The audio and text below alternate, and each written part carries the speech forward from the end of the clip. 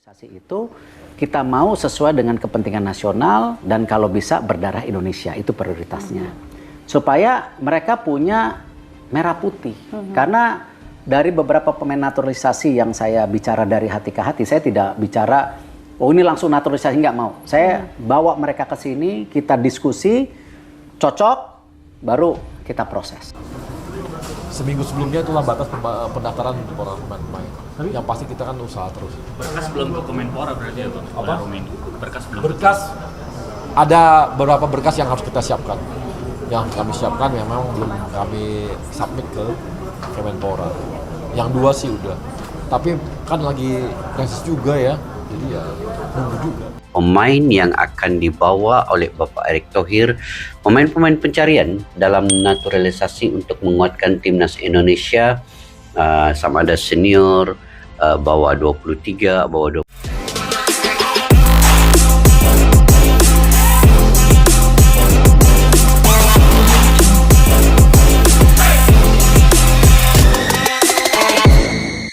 Terkonfirmasi, Erick Thohir akan proses naturalisasi striker Brasil Anthony dos Santos. Kabar mengejutkan kembali datang dari Federasi Sepak Bola Indonesia. Setelah sukses menghadirkan nama-nama besar seperti JIZS, Tom Haye, hingga dua bomber Eropa Joel Piroe dan Victor Gyökeres, kini PSSI di bawah kepemimpinan Erick Thohir mengambil langkah lebih berani. Terkonfirmasi bahwa proses naturalisasi Anthony dos Santos, striker muda asal Brasil yang memperkuat klub Real Betis Spanyol, resmi digulirkan. Kabar ini sontak mengguncang jagat sepak bola nasional. Bagaimana tidak, selama ini naturalisasi Indonesia lebih banyak fokus pada pemain keturunan atau mereka yang lahir di Eropa. Kini, langkah baru diambil, membidik striker asal Brasil, negara penghasil talenta sepak bola terbesar di dunia. Anthony dos Santos merupakan salah satu produk akademi sepak bola Brasil yang kemudian meniti karir di Eropa. Dengan teknik khas samba, kecepatan, dan insting gol tinggi, Anthony menarik perhatian klub-klub besar sejak usia muda. Real Betis kemudian menjadi pelabuhan kariernya di Spanyol. Di klub tersebut, Anthony dikenal sebagai penyerang serba bisa. Ia mampu bermain sebagai striker utama, second striker, hingga penyerang sayap. Gaya bermainnya lincah, eksplosif, dan sering memanfaatkan ruang di antara bek lawan. Meski usianya masih muda, penampilannya di La Liga cukup menjanjikan, apalagi ketika ia mendapat kesempatan melawan tim-tim besar seperti Real Madrid dan Barcelona. Mengapa Erick Thohir memilih Anthony? Jawabannya sederhana, kebutuhan. Timnas Indonesia memang telah mendapatkan dua bomber Eropa, namun visi jangka panjang tetap diperlukan. Anthony yang masih berusia muda dianggap bisa menjadi investasi jangka panjang bagi timnas. Dengan usia emas di depan mata, ia punya waktu panjang untuk membela merah putih. Selain itu, gaya bermain khas Brasil diyakini akan memberikan warna berbeda. Jika Piroe dan Gyökeres mengandalkan fisik dan efektivitas Eropa, Anthony membawa flair ala Amerika Latin yang lebih kreatif, penuh trik, dan sulit ditebak. Kombinasi ini bisa membuat lini serang Indonesia semakin variatif. Sejak awal menjabat, Erick Thohir menegaskan bahwa naturalisasi bukan sekadar tren, melainkan bagian dari strategi besar. Ia melihat sepak bola Indonesia harus bertransformasi menjadi kekuatan nyata di Asia. Untuk itu, dibutuhkan pemain dengan kualitas internasional yang bisa langsung bersaing dengan negara-negara top. Anthony adalah bagian dari strategi itu. Dengan pengalaman bermain di La Liga, ia otomatis terbiasa menghadapi level permainan yang tinggi. Mentalitas dan ritme sepak bola Eropa akan dibawanya ke skuad Garuda. Erick ingin agar pemain lokal termotivasi untuk meningkatkan standar mereka. Jika proses naturalisasi Anthony berjalan lancar, maka Indonesia akan memiliki 3 penyerang kelas dunia sekaligus, Piroe, Gyökeres, dan Anthony. Bayangkan kekuatan lini depan Garuda ketika ketiganya bisa dimainkan bersama. Pelatih punya banyak opsi, baik menggunakan formasi 2 striker maupun 3 penyerang sekaligus. Lebih jauh lagi, kehadiran Anthony bisa menjadi mentor bagi striker-striker muda lokal.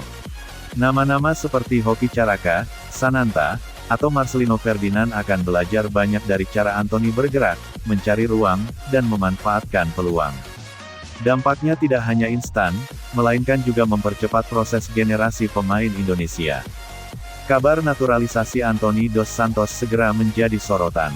Di media sosial, nama Anthony langsung trending.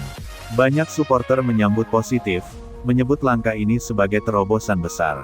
Namun, ada juga yang mengingatkan agar naturalisasi tetap dilakukan secara selektif dan tidak melupakan pemain lokal.